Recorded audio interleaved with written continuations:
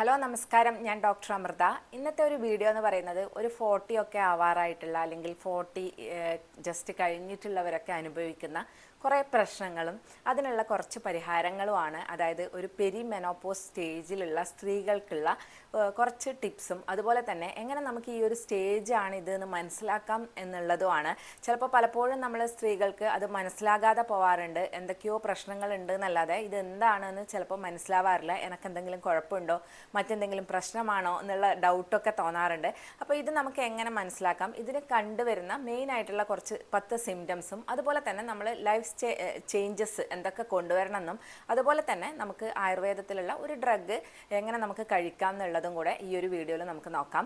അപ്പോൾ ആദ്യമായിട്ട് പറയാനുള്ളത് പെരിമെനോപോസ് എന്ന് പറയുന്നത് നമുക്കൊരു 10 വർഷം മുമ്പേ, അതായത് മെനോപോസിൻ്റെ ഒരു 10 വർഷം മുമ്പേ വരെ വേണമെങ്കിൽ വരാവുന്നതാണ്. അത് നമ്മുടെ പാരമ്പര്യം അനുസരിച്ചിട്ടൊക്കെ വരാം. നമുക്ക് ബാക്കിയുള്ള അമ്മമാർക്കൊക്കെ എങ്ങനെ ഉണ്ടായിരുന്നു അതൊക്കെ അനുസരിച്ചിട്ട് ഓരോരുത്തർക്കും ഡിഫറെൻ്റ് ആയിരിക്കും. അതൊരു 4 വർഷം മുതൽ 10 വർഷം വരെ മുമ്പേ വരാവുന്നതാണ്. അപ്പോൾ ഈ ഒരു പെരിമെനോപോസ് സ്റ്റേജിൽ നമുക്ക് ഉണ്ടാവുന്ന പല ചേഞ്ചസും എന്തൊക്കെയാണെന്ന് എല്ലാവരും, അതായത് അറിഞ്ഞിരിക്കേണ്ടത് അത്യാവശ്യമാണ്. എങ്കിലാണല്ലോ നമുക്കത് അതാണ് എന്ന് മനസ്സിലാവുക. അപ്പോൾ നമുക്കിങ്ങനെ പല പ്രശ്നങ്ങളും വരുന്നു എന്നല്ലാതെ ഇത് എന്തുകൊണ്ടാണെന്ന് പലർക്കും മനസ്സിലാക്കാൻ പറ്റാറില്ല. ഈ ഒരു സ്റ്റേജ് എന്ന് പറയുന്നത് മെയിനായിട്ട് പെരിമെനോപോസ് സ്റ്റേജ് ഏർലി പെരിമെനോപോസും ഉണ്ട്, അതുപോലെ തന്നെ ലേറ്റ് പെരിമെനോപോസും ഉണ്ട്. ഇത് രണ്ട് സ്റ്റേജിൽ എന്തൊക്കെയാണ് വ്യത്യാസം എന്ന് പറഞ്ഞാൽ, ഈ പെരിമെനോപോസിൻ്റെ ആദ്യത്തെ സ്റ്റേജ് ഏർലി സ്റ്റേജ് ഒക്കെ ആണെങ്കിൽ നമുക്ക് പീരീഡ്സ് വരുന്നത് എപ്പോഴും 28 ഡേയ്സ് കൂടുമ്പോഴാണെങ്കിൽ അതിൽ നിന്ന് ഒരു 7 ദിവസത്തെ ഡിഫറൻസ് മാത്രമേ ഉണ്ടാവുള്ളൂ. അതായത് നമുക്കൊരു 21 ദിവസത്തിൽ പീരീഡ്സ് വന്നു തുടങ്ങും. ഇതിപ്പോൾ ഒരു പ്രാവശ്യം ആയതുകൊണ്ട് നമുക്കത് പെരിമെനോപോസ് ആണെന്ന് കൺഫേം ചെയ്യാൻ പറ്റില്ല. ഇങ്ങനെ റെഗുലറായിട്ട് ഒരു 21 ദിവസത്തിൽ നമുക്ക് പീരീഡ്സ് വരുന്നുണ്ടെങ്കിൽ അത് ഈ ഒരു ഏർലി പെരിമെനോപോസിലാണ് വരിക. അതുപോലെ തന്നെ ഈ ഒരു സമയത്ത് ഈസ്ട്രോജൻ വളരെ കുറഞ്ഞു പോവുകയല്ല ചെയ്യുന്നത്, ഈസ്ട്രോജൻ ഫ്ലക്ച്വേറ്റ് ആവുകയാണ് ചെയ്യുന്നത്. അതായത് ചില സമയങ്ങളിൽ വളരെ കൂടിയിട്ടും ചില സമയങ്ങളിൽ കുറഞ്ഞും അങ്ങനെയാണ് ഉണ്ടാകുന്നത്, അല്ലാതെ പെട്ടെന്ന് ലോ ആവുകയല്ല ചെയ്യുന്നത്. അതുകൊണ്ട് തന്നെ ഫ്ലക്ച്വേറ്റിംഗ് ആയിരിക്കും ഈ ഒരു ഏർലി സ്റ്റേജിൽ ഈസ്ട്രോജൻ ലെവൽ എന്ന് പറയുന്നത്. ഇനി ലേറ്റ് പെരിമെനോപോസ് സ്റ്റേജ് ആവുമ്പോൾ നമുക്കൊരു 60 ദിവസത്തെയൊക്കെ ഗ്യാപ്പ് 2 പീരീഡ്സ് തമ്മിൽ വരും. 60 ദിവസമൊക്കെ കഴിഞ്ഞിട്ടാണ് പിന്നെ ബ്ലീഡിങ് സ്റ്റാർട്ട് ചെയ്യുക. അങ്ങനെ വരുമ്പോഴാണ് അത് ഒരു പെരിമെനോപോസിൻ്റെ ലേറ്റ് സ്റ്റേജ് ആണെന്ന് പറയാം. അതുപോലെ തന്നെ ഇങ്ങനെ 12 മാസം കണ്ടിന്യൂസ് നമുക്ക് വരാതിരിക്കുമ്പോൾ നമുക്കത് മെനോപോസായിട്ട് കണക്കാക്കാനും സാധിക്കും. അപ്പോൾ ഇതാണ് ഒരു പെരിമെനോപോസിൻ്റെ ആദ്യത്തെ 2 മെയിനായിട്ടുള്ള ഡിവൈഡ് ചെയ്തിരിക്കുന്നത്, ഏർലി ആൻഡ് ലേറ്റ് എന്നുള്ള രീതിയിൽ. അതുപോലെ ഇനി ഇതിൻ്റെ സിംറ്റംസ് എന്തൊക്കെ ലക്ഷണങ്ങളാണ് നമുക്ക് ഉണ്ടാവുന്നത് നോക്കാം. ഒന്നാമത്തെ ഒരു കാര്യം എന്ന് പറയുന്നത് ബ്ലീഡിങ്ങിൽ ഉണ്ടാവുന്ന ചേഞ്ചസ്, അതായത് നമ്മുടെ പീരീഡ്സിൽ ഉണ്ടാവുന്ന ചേഞ്ചസ് തന്നെയാണ്. നമുക്ക് പലപ്പോഴും തോന്നും മെനോപോസ് ആവാൻ പോകുമ്പോൾ ബ്ലീഡിങ് കുറയുമെന്ന്. പക്ഷെ അങ്ങനെയല്ല. ഈ ഒരു പെരിമെനോപോസ് സ്റ്റേജിൻ്റെ ഏർലി സ്റ്റേജിലൊക്കെ ഈസ്ട്രോജൻ ഫ്ലക്ച്വേറ്റ് ചെയ്യുന്നതുകൊണ്ട് തന്നെ ഈസ്ട്രോജൻ കൂടിയിരിക്കുന്ന സമയങ്ങളിൽ നമ്മുടെ യൂട്രസിൻ്റെ ലൈനിങ് വളരെ തിക്കാവുകയും അതുമൂലം തന്നെ നമുക്ക് പീരീഡ്സ് ഉണ്ടാകുമ്പം വളരെ ഹെവി ആയിട്ടുള്ള ബ്ലീഡിങ് വരാനും സാധ്യതയുണ്ട് എന്നുള്ളതാണ്. അപ്പോൾ അതാണ് ഒന്നാമത്തെ ഒരു ലക്ഷണം എന്ന് പറയുന്നത്. രണ്ടാമത്തെ ഒരു കാര്യം എന്ന് പറയുന്നത്, ഈ ഒരു സമയത്ത് നമുക്ക് വെയിറ്റ് ഗെയിൻ വളരെ കൂടുതലായിട്ടുണ്ടാവും. നമ്മൾ ഡയറ്റൊക്കെ സാധാരണ പോലെ തന്നെയായിരിക്കും, എപ്പോഴുള്ള പോലെ തന്നെ ആയിരിക്കും. നമ്മുടെ റുട്ടീനൊക്കെ വലിയ വ്യത്യാസങ്ങളൊന്നും ഇല്ലെങ്കിൽ തന്നെ നമ്മുടെ വെയിറ്റ് ഗെയിൻ പെട്ടെന്നുണ്ടാവും. അതുപോലെ തന്നെ വെയിറ്റ് ഗെയിൻ ഉണ്ടാവുമ്പോൾ ഈ ഒരു ഫാറ്റ് ഡെപ്പോസിറ്റ് കൂടുതലായിട്ട് കാണപ്പെടുന്നത് വയറിന് ചുറ്റുമായിരിക്കും. പെട്ടെന്ന് വയറിന് ചുറ്റുമുള്ള ഏരിയ വളരെ ഫാറ്റ് ഡെപ്പോസിറ്റ് ചെയ്തിട്ട് കൊഴുപ്പടിഞ്ഞു കൂടിയിട്ട് അവിടെ പെട്ടെന്ന് വീർക്കാനുള്ള, അവിടെ നല്ല തടി കാണാനുള്ള സാധ്യത ആണ് ഉള്ളത് ഈ ഒരു സ്റ്റേജിൽ എന്ന് പറയുന്നത്.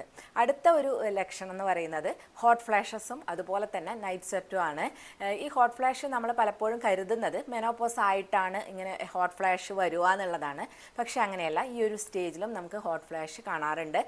ഹോട്ട് ഫ്ലാഷ് എന്ന് പറയുന്നത് നമുക്ക് നെഞ്ചിന് മുകളിലോട്ട്, നെഞ്ചിൽ, കഴുത്തിന്, അതുപോലെ മുഖത്തും ഒക്കെ വളരെ ചൂട് അനുഭവപ്പെടും. അതൊരു 1 മിനിറ്റ് മുതൽ 5 മിനിറ്റ് വരെയൊക്കെ നീണ്ടു നിൽക്കും. അത് കഴിയുമ്പോൾ നമുക്ക് തണുക്കും, ബോഡി തണുക്കുന്നതാണ്. നൈറ്റ് സ്വെറ്റ് എന്ന് പറയുന്നത് നമ്മൾ രാത്രി ഉറങ്ങുമ്പോൾ നമുക്കിതുപോലെ പെട്ടെന്ന് വേർക്കും, മുഖമൊക്കെ നന്നായിട്ട് വേർക്കും, ചൂട് തോന്നും. പിന്നെ അത് നമുക്ക് തണുത്തിട്ട് വിറക്കാനും തുടങ്ങും. അത് കഴിയുമ്പോൾ കൂളാവും ബോഡി. ഇങ്ങനെ ഉണ്ടാവുന്നതും ഈസ്ട്രോജൻ കുറയുന്നത് മൂലമാണ്. ഈസ്ട്രോജൻ കുറയുമ്പോൾ നമ്മുടെ ബ്രെയിനിലുള്ള ഹൈപ്പോതലാമസ് ആണ് നമ്മുടെ ടെമ്പറേച്ചർ റെഗുലേറ്റ് ചെയ്യുന്നത്. ഇതിനെ എഫക്റ്റ് ചെയ്യും. അതുമൂലം തന്നെ അത് വളരെ ഹൈപ്പർ സെൻസിറ്റീവ് ആവുകയും ചെയ്യുന്നതുകൊണ്ടാണ് നമുക്ക് ഈ ഒരു ഹോട്ട് ഫ്ലാഷസ് ഉണ്ടാവുന്നത്. അപ്പോൾ ഈ ഒരു ലക്ഷണം കൂടെ ഈ പെരിമെനോപോസ് സ്റ്റേജിൽ കാണാറുണ്ട്. പിന്നെ അടുത്തത് എന്ന് പറയുന്നത് ഇൻസോംനിയാണ്, അതായത് ഉറക്കക്കുറവ്. ഉറക്കം പലപ്പോഴും കിട്ടാറില്ല. രാത്രി ചിലപ്പോൾ നേരത്തെ കിടന്നാലും നമുക്ക് ഉറങ്ങാൻ പറ്റില്ല, അല്ലെങ്കിൽ ഉറക്കത്തിൽ തന്നെ പല പ്രാവശ്യം എഴുന്നേറ്റുകൊണ്ടിരിക്കുക, നല്ല ഒരു ഉറക്കം കിട്ടാതെ രാവിലെ എണീക്കുമ്പം വളരെ ക്ഷീണം തോന്നുക, ഇങ്ങനെയുള്ള ലക്ഷണങ്ങളും ഈ ഒരു സമയത്ത് ഉണ്ടാവാറുണ്ട്. ഈ ഉറക്കക്കുറവ് മൂലം തന്നെ അത് നമ്മുടെ മറ്റ് കാര്യങ്ങളെ കൂടുതൽ വേഴ്സണാക്കാൻ കാരണമാവും. അതായത് ഇപ്പോൾ നമുക്ക് മൂഡ് സ്വിങ്സ് ഒക്കെ ഉണ്ടെങ്കിൽ അതൊക്കെ വളരെ വേഴ്സണാക്കുക, അതുപോലെ ക്ഷീണം കൂട്ടുക. ഇങ്ങനെ ഈ ഉറക്കം എന്നുള്ളത് എല്ലാത്തിൻ്റെയും ബേസ് ആണല്ലോ. അപ്പോൾ ഇങ്ങനെ ഈ ഉറക്കക്കുറവ് വരുമ്പോൾ അത് നമ്മുടെ മറ്റുള്ള പ്രശ്നങ്ങളെ കൂടുതൽ കൂട്ടാൻ വേണ്ടിയിട്ട് കാരണമാവുകയും ചെയ്യാറുണ്ട്. അപ്പോൾ ഇതാണ് അടുത്ത ഒരു ലക്ഷണം. അഞ്ചാമത്തെ ഒരു സിംറ്റം എന്ന് പറയുന്നത് നമ്മുടെ ബ്രസ്റ്റ് ടെൻഡർനെസ് ആണ്. ബ്രസ്റ്റിന് വളരെയധികം ടെൻഡർനെസ് തോന്നുക, ഭയങ്കര വേദന തോന്നുക. സാധാരണ പീരീഡ്സിൻ്റെ ടൈമിലും ഈ ഒരു ടെൻഡർനെസ് ഉണ്ടാവാറുണ്ട്. പക്ഷേ ഈ ഒരു പെരിമെനോപോസ് സ്റ്റേജിൽ അത് കൂടുതൽ ദിവസം നീണ്ടു നിൽക്കുകയും ഇടക്കിടക്ക് വരികയും ചെയ്യും. അതാണ് അതിൻ്റെ ഒരു ലക്ഷണം എന്ന് പറയുന്നത്. ആറാമത്തെ ഒരു സിംറ്റം എന്ന് പറയുന്നത് നമ്മുടെ ഹാർട്ട് പാൽപിറ്റേഷൻ ഉണ്ടാവും എന്നുള്ളതാണ്. അതായത് ഹാർട്ടിൻ്റെ സൗണ്ട്, നമ്മളിപ്പോൾ വളരെ കൂളായിരിക്കുവാണ് അല്ലെങ്കിൽ ഉറങ്ങാൻ കിടക്കുകയാണ്, അങ്ങനെയുള്ള സമയങ്ങളിലും നമ്മുടെ ഹാർട്ട് വളരെ നല്ല രീതിയിൽ അടിക്കുന്നത് നമുക്ക് തന്നെ കേൾക്കാൻ പറ്റും. ഇതാണ് ഹാർട്ട് പാൽപിറ്റേഷൻ എന്ന് പറയുന്നത്. നമുക്ക് ചിലപ്പോൾ ഇത് ക്ഷീണമുള്ളപ്പോൾ ഒക്കെ ഇങ്ങനെ തോന്നാറുണ്ട്, പക്ഷെ അങ്ങനെയല്ല. ഇത് നമ്മൾ നോർമൽ ആയിട്ട് കൂളായിട്ട് ഇരിക്കുന്ന അവസ്ഥയിലും ഇങ്ങനെ ഒരു ഫീല് ഉണ്ടാവും. അതാണ് അടുത്ത ഒരു ലക്ഷണം എന്ന് പറയുന്നത്. അടുത്തത് എന്ന് പറയുന്നത് ഡ്രൈനെസ് ആണ്.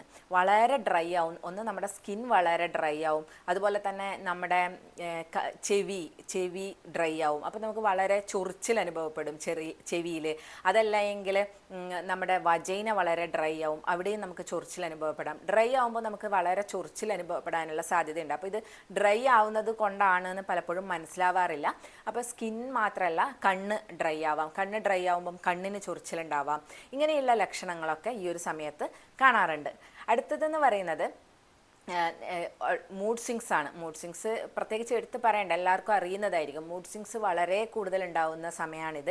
സെറാട്ടോണിൻ, ഡോപ്പമൈൻ, ഗാബ എന്നൊക്കെ പറഞ്ഞിട്ടുള്ള നമ്മുടെ ബ്രെയിനിലുള്ള കെമിക്കൽസിനെ റെഗുലേറ്റ് ചെയ്യുന്നത് ഈസ്ട്രോജൻ ആണ്. അപ്പോൾ ഈ ഈസ്ട്രോജൻ കുറയുമ്പോൾ ഇതിൻ്റെയൊക്കെ പ്രവർത്തനത്തെ അത് ബാധിക്കുകയും നമുക്ക് പലപ്പോഴും ഒരു വളരെ ഡിമ്മായിട്ട് ഫീൽ ചെയ്യുകയും ചെയ്യും. അതായത് മോട്ടിവേഷൻ അല്ലെങ്കിൽ നല്ലൊരു ഫീലിംഗ്, ഹാപ്പി ഹോർമോൺസ് ആയിട്ടുള്ള സെറാട്ടോണിനൊക്കെ ഹാപ്പി ഹോർമോൺ എന്നാണ് പറയുക. അപ്പോൾ അത് നമ്മുടെ മൂഡ്സിനെ, അതായത് നമുക്കൊരു മോട്ടിവേഷൻ തരിക, അല്ലെങ്കിൽ നമുക്കൊരു ഡിസയർ, ഒരു ആഗ്രഹം തോന്നുക, അങ്ങനെയുള്ള കാര്യങ്ങളൊക്കെ റെഗുലേറ്റ് ചെയ്യുന്നത് ഈ ഒരു കെമിക്കൽസാണ്. അപ്പോൾ അതിനെ ബാധിക്കുന്നത് മൂലം തന്നെ നമുക്ക് ഇങ്ങനെയുള്ള ഒരു മോട്ടിവേഷൻ്റെ കുറവ് തോന്നുക, അല്ലെങ്കിൽ വളരെ ഡിമ്മായിട്ട് തോന്നുക, ഡൗൺ ആയിട്ട് തോന്നുക, ഇങ്ങനെയുള്ള കാര്യങ്ങൾ കൂടുതൽ ഉണ്ടാവാനുള്ള സാധ്യതയുണ്ട്. അതുപോലെ തന്നെ അടുത്ത ഒരു സിംറ്റം എന്ന് പറയുന്നത് ജോയിൻറ്റിനുണ്ടാകുന്ന പെയിനാണ്. എല്ലാ ജോയിൻസിനും വളരെ കൂടുതൽ പെയിൻ തോന്നും.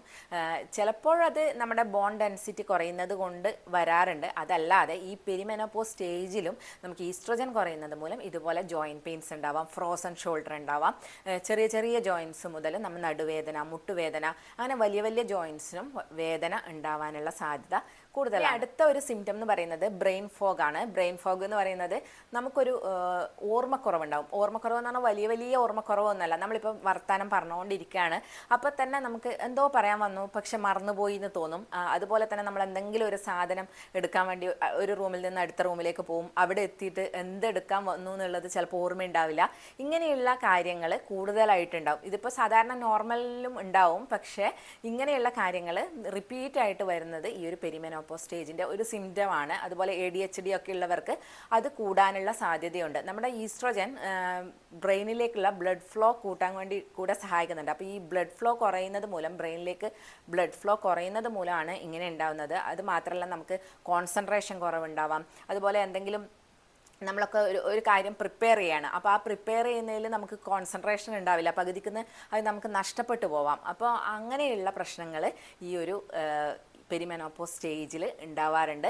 അതും ഇതിൻ്റെ ഒരു സിംറ്റംസ് ആണ്. ഇനി ഇതൊക്കെ ഈ ഞാൻ പറഞ്ഞിട്ടുള്ള എല്ലാ സിംറ്റംസും എല്ലാവർക്കും ഉണ്ടാവണമെന്നില്ല. ചില സിംറ്റംസ് ചിലർക്ക് കാണാം. പക്ഷെ നമ്മളത് ഇതാണെന്ന് മനസ്സിലാക്കേണ്ടത് അത്യാവശ്യമാണ്. ഇപ്പം നമുക്ക് പാൽപിറ്റേഷൻ വന്നാൽ ഇതുകൊണ്ടാണെന്ന് വിചാരിച്ച് ഡോക്ടറെ കാണാൻ പോവാതിരിക്കരുത്. നമുക്ക് പാൽപിറ്റേഷൻ വന്ന് ഹാർട്ട് നമ്മുടെ ഹെൽത്ത് ഹെൽത്തി ആണ് എന്ന് നമ്മൾ ഉറപ്പ് വരുത്തേണ്ടതാണ്. അത് കഴിഞ്ഞിട്ടാണ് നമുക്ക് മനസ്സിലാവും. ഹാർട്ടിന് കുഴപ്പങ്ങളൊന്നും ഇല്ലയെന്ന് മനസ്സിലാക്കുവാണെങ്കിൽ നമുക്ക് മനസ്സിലാക്കാം അത് ഈ ഒരു പെരിമെനോപോസ് സ്റ്റേജിൻ്റെ ആണ് എന്നുള്ളത്. അതുപോലെ ഓരോ ലക്ഷണവും നമ്മൾ കൺഫേം ചെയ്യേണ്ടതാണ്, അത് മറ്റ് അസുഖങ്ങൾ കൊണ്ടല്ല എന്നുള്ളത്. ഇപ്പോൾ തൈറോയിഡ് ഉള്ളവർക്കും പലപ്പോഴും ഈ നൈറ്റ് സ്വെറ്റൊക്കെ വരാറുണ്ട്. അപ്പോൾ അങ്ങനെയുള്ള കാര്യങ്ങൾ നമ്മൾ റൂൾ ഔട്ട് ചെയ്യണം. ഒരു ഡോക്ടറെ കണ്ടിട്ട് റൂൾ ഔട്ട് ചെയ്യുക. അല്ലെങ്കിൽ നമുക്ക് മറ്റ് പ്രശ്നങ്ങൾ, ഹെൽത്ത് ഇഷ്യൂസ് ഒന്നും ഇല്ലയെന്ന് വരികയാണെങ്കിൽ ഈ സിംറ്റംസിൽ നിന്ന് തന്നെ നമുക്കത് പെരിമെനോപോസൽ സിംറ്റംസ് ആണ് എന്ന് മനസ്സിലാക്കാം. ഇത് കൺഫേം ചെയ്യാനുള്ള ഒരു ബ്ലഡ് ടെസ്റ്റ് എന്ന് പറയുന്നത് FSH ടെസ്റ്റ് ചെയ്യുക എന്നുള്ളതാണ്, ഫോളിക്കുലേറ്റ് സ്റ്റിമുലേറ്റിംഗ് ഹോർമോൺ. അപ്പോൾ ഇത് ഹൈ ആയിരിക്കുമ്പോൾ നമുക്ക് പെരിമെനോപോസ് സ്റ്റേജ് ആണെന്ന് പറയാറുണ്ട്. പക്ഷേ ഇത് ഹൈ ആയിരിക്കുമ്പോൾ നമുക്ക് അങ്ങനെ കൺഫേം ചെയ്യാൻ പറ്റില്ല. കാരണം ചിലപ്പോൾ ഇന്ന് നമ്മൾ ടെസ്റ്റ് ചെയ്യുമ്പോൾ നമ്മുടെ അത് നോർമലായിരിക്കാം, പിന്നെ 2 ആഴ്ച കഴിഞ്ഞ് ടെസ്റ്റ് ചെയ്യുമ്പോൾ ചിലപ്പോൾ കൂടിയിട്ടുണ്ടാവാം. അതിൽ വേരിയേഷൻ വന്നുകൊണ്ടിരിക്കും. അപ്പോൾ നമ്മൾ ഒരു ബ്ലഡ് ടെസ്റ്റ് ചെയ്തിട്ട് അത് വെച്ചിട്ട് നമുക്കത് കൺഫേം ചെയ്യാൻ പറ്റില്ല. ഇപ്പം FSH നോർമലാണെന്ന് വെച്ചിട്ട് പെരിമെനോപോസ് സ്റ്റേജ് അല്ല എന്ന് പറയാൻ നമുക്ക് പറ്റില്ല. അത് വേരിയേഷൻ ഇങ്ങനെ ഉണ്ടാവുന്നത് കൊണ്ട് തന്നെ ആ ഒരു ടെസ്റ്റിലൂടെ നമുക്കത് മനസ്സിലാക്കൽ കുറച്ച് ബുദ്ധിമുട്ട്. നമുക്ക് കുറേ കൂടെ എളുപ്പം ലക്ഷണങ്ങളിലൂടെ മനസ്സിലാക്കുന്നത് തന്നെയാണ്. അപ്പോൾ ഇതാണ് പെരിമെനോപോസിൽ ഉണ്ടാവുന്ന സിംറ്റംസ് എന്ന് പറയുന്നത്. ഇനി നമുക്ക് ഈ ഒരു സിംറ്റംസ് വളരെ കൂടുതലാണ്, നമുക്ക് ഒറ്റയ്ക്ക് ഹാൻഡിൽ ചെയ്യാൻ പറ്റുന്നില്ല എങ്കിൽ നമ്മളൊരു ഡോക്ടറെ കണ്ടിട്ട് മരുന്ന് എടുക്കേണ്ടത് വളരെ അത്യാവശ്യമാണ്. അതെല്ലാം നമുക്ക് മാനേജ് ചെയ്ത് പോകാൻ പറ്റുന്ന വിധത്തിലാണെങ്കിൽ കുറച്ച് മാനേജ് ചെയ്യാൻ പറ്റുന്ന കാര്യങ്ങൾ എന്ന് വെച്ചാൽ നമ്മൾ എപ്പോഴും ആക്റ്റീവ് ആയിരിക്കാൻ വേണ്ടിയിട്ട് ശ്രദ്ധിക്കുക എന്നുള്ളതാണ്. അതായത് ഫിസിക്കലിയും മെൻ്റലിയും നമ്മൾ ബിസി ആയിരിക്കാൻ വേണ്ടി ശ്രദ്ധിക്കുക. നമ്മൾ എന്തെങ്കിലും ചെയ്തുകൊണ്ടിരിക്കുക, നമുക്ക് ഇഷ്ടമുള്ള കാര്യങ്ങൾ ചെയ്തുകൊണ്ടിരിക്കുക. അതുപോലെ തന്നെ രാവിലെ കുറച്ച് സമയം പ്രാണായാമം ചെയ്യാൻ വേണ്ടി മാറ്റി വെക്കുക. ഇത് നമ്മുടെ ഈ ഒരു ഞാൻ നേരത്തെ പറഞ്ഞിട്ടുള്ള ഈ ബ്രെയിൻ ഫോഗ് മാറാനും അതുപോലെ തന്നെ മൂഡ് സ്വിങ്സ് ഒക്കെ കുറക്കാനും ഒക്കെ സഹായിക്കുന്നതാണ്. അപ്പോൾ ഒത്തിരി സമയമില്ലാത്തവരാണെങ്കിൽ ഒരു 10 മിനിറ്റ് പ്രാണായാമം മാത്രം ചെയ്യുക. സമയമുള്ളവരാണെങ്കിൽ ഒരു കുറച്ചുകൂടെ സമയം, ഒരു അരമണിക്കൂർ യോഗയും പ്രാണായാമയും കൂടെയൊക്കെ ചെയ്യുകയാണെങ്കിൽ ഇതുപോലുള്ള കാര്യങ്ങൾ കുറക്കാൻ സാധിക്കുന്നതാണ്. അതുപോലെ തന്നെ നമ്മൾ പുറത്തുള്ള ആക്ടിവിറ്റീസ് കൂട്ടുക, അതായത് പുറത്ത് കളിക്കുക, അല്ലെങ്കിൽ പുറത്തൂടെ ഒരു 20 മിനിറ്റെങ്കിലും രാവിലെ പ്രകൃതി ഭംഗിയൊക്കെ ആസ്വദിച്ചൊന്ന് നടക്കാൻ പോവുക. ഇങ്ങനെയുള്ള കാര്യങ്ങളൊക്കെ നമ്മുടെ മൈൻഡിനെ കാമാക്കുകയും നമ്മളെ ഒന്ന് കൂളാക്കാനും ഒക്കെ സഹായിക്കുന്നതാണ്. അപ്പോൾ ഇങ്ങനെയുള്ള കാര്യങ്ങൾ ചെയ്യാൻ വേണ്ടി ശ്രദ്ധിക്കാം. പിന്നെ ചെയ്യാൻ പറ്റുന്ന ഒരു കാര്യം എന്ന് പറയുന്നത് എണ്ണ തേച്ചുള്ള കുളിയാണ്. ഇത് സ്ട്രെസ് റിലീഫിനും അതുപോലെ തന്നെ നമുക്ക് നല്ല ഉറക്കം കിട്ടാനും ഒക്കെ സഹായിക്കുന്നതാണ്. ഉറക്കം കിട്ടുമ്പോൾ തന്നെ പകുതി കാര്യങ്ങൾ ശരിയാവും. അപ്പോൾ ഈ മൂഡ് സ്വിങ്സ് കുറേയൊക്കെ മാറുന്നതാണ്. ഉറക്കം മെയിൻ ഇതിൻ്റെ ഒക്കെ ഒരു ബേസ് അല്ലേ, നമ്മുടെ ലൈഫ് സൈക്കിളിൻ്റെ തന്നെ ഒരു ബേസ് ആണല്ലോ. അപ്പോൾ ആ ഉറക്കം വളരെ കറക്റ്റായി കിട്ടുമ്പോൾ കുറേ പ്രശ്നങ്ങളൊക്കെ കുറഞ്ഞു കിട്ടും. അതുകൊണ്ട് ഡെയിലി നമ്മൾ എണ്ണ തേച്ച് കുളിക്കാൻ വേണ്ടി ശ്രമിക്കുക. എണ്ണ തേച്ച് ഡെയിലി കുളിക്കാൻ പറ്റാത്തവരാണെങ്കിൽ, അത്ര സമയമില്ലാത്തവരാണെങ്കിൽ ആഴ്ചയിൽ ഒരു 2 പ്രാവശ്യമെങ്കിലും ചെയ്യാൻ നോക്കുക. ഇപ്പം ജോയിൻറ്റ് പെയിനൊക്കെ ഉള്ളവരാണെങ്കിൽ നമുക്ക് മഹാനാരായണം തൈലം പോലുള്ള മരുന്നുകൾ ഉപയോഗിക്കാം. അതല്ല എങ്കിൽ നിങ്ങൾക്ക് ക്ഷീരബല ഉപയോഗിക്കാം. ക്ഷീരബല ജോയിൻറ്റ് പെയിൻ ഉണ്ടെങ്കിൽ ഉപയോഗിക്കാം. ക്ഷീരബല നമുക്ക് നല്ലൊരു സ്ട്രെങ്ത്ത് കിട്ടാനും ഒക്കെ സഹായിക്കുന്നതാണ്. ക്ഷീരബല ഉപയോഗിച്ചിട്ട് നമുക്ക് ബോഡിയൊക്കെ ഒന്ന് മസാജ് ചെയ്തതിന് ശേഷം ഇളം ചൂടുവെള്ളത്തിൽ കുളിക്കുകയാണെങ്കിൽ നമുക്ക് വളരെ ഒരു സ്ട്രെസ് ഫ്രീ ആയിട്ടുള്ള നല്ല രീതിയിലുള്ള ഉറക്കം കിട്ടാനും ഒക്കെ ഇത് സഹായിക്കുന്നതാണ്. അപ്പോൾ ഇതുപോലെ ചെയ്യാം. പിന്നെ ചെയ്യാൻ പറ്റുന്നത് ഇത് ഡെയിലി നിങ്ങളുടെ ഡയറ്റിൽ ഒരു ടേബിൾ സ്പൂൺ എങ്കിലും നെയ്യ് ഉപയോഗിക്കുക എന്നുള്ളതാണ്. നെയ്യ് നമ്മുടെ കോൺസെൻട്രേഷൻ കൂട്ടാനും ബ്രെയിനിൻ്റെ ഫങ്ഷൻ കൂട്ടാനും അതുപോലെ ഇതിനൊക്കെ സഹായിക്കുന്നത് കൊണ്ട് തന്നെ നെയ്യ് നമ്മൾ ഇൻക്ലൂഡ് ചെയ്യുന്നത് വളരെ നല്ലതാണ്. അപ്പോൾ ഡെയിലി ഒരു സ്പൂൺ നെയ്യ് കഴിക്കാൻ ശ്രമിക്കുക. ഇനി അതുപോലെ കഴിക്കാൻ ബുദ്ധിമുട്ടുള്ളവർക്കാണെങ്കിൽ ഫുഡിലൊക്കെ ഇൻക്ലൂഡ് ചെയ്ത് കഴിക്കാം. അതല്ലെങ്കിൽ നമുക്ക് രാവിലെ എഴുന്നേറ്റിട്ട് ഒരു ഗ്ലാസ് ഇളം ചൂടുവെള്ളത്തിൽ ഒരു സ്പൂൺ നെയ്യ് ഒഴിച്ചിട്ട് കുടിക്കാവുന്നതാണ്. അപ്പോൾ ഇതുപോലെ അല്ലെങ്കിൽ വെറുതെ കഴിക്കാൻ പറ്റുന്നവരാണെങ്കിൽ അങ്ങനെ കഴിക്കുക. രാവിലെ വെറും വയറ്റിൽ കഴിക്കുന്നത് നല്ലതാണ്.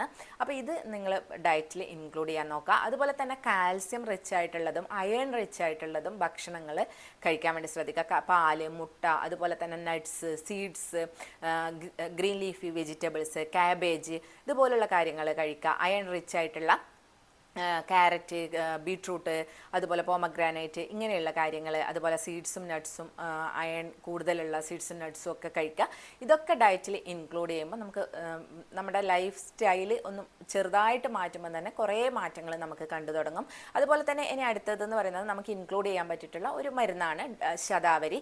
ശതാവരി നമുക്ക് ഡെയിലി കഴിക്കാവുന്നതാണ്. ശതാവരി കഴിക്കുമ്പോൾ ശതാവരി നമുക്ക് ഇതുപോലുള്ള നമ്മുടെ ഡ്രൈനസ്, വജൈനൽ ഡ്രൈനസിനെയൊക്കെ കുറക്കാൻ സഹായിക്കും. അതുപോലെ തന്നെ തന്നെ നമുക്കുണ്ടാവുന്ന ആ സമയത്തുണ്ടാവുന്ന ക്ഷീണം കുറക്കാൻ സഹായിക്കും, മൂഡ് സ്വിങ്സ് കുറക്കാൻ സഹായിക്കും, ഈ കോൺസെൻട്രേഷനൊക്കെ വർദ്ധിപ്പിക്കാൻ സഹായിക്കും. ഇങ്ങനെയുള്ള കുറേ കാര്യങ്ങൾ ശതാവരി വളരെ നല്ലതാണ്. അതുകൊണ്ട് തന്നെ ശതാവരി നിങ്ങൾക്ക് ഇൻക്ലൂഡ് ചെയ്യാവുന്നതാണ്.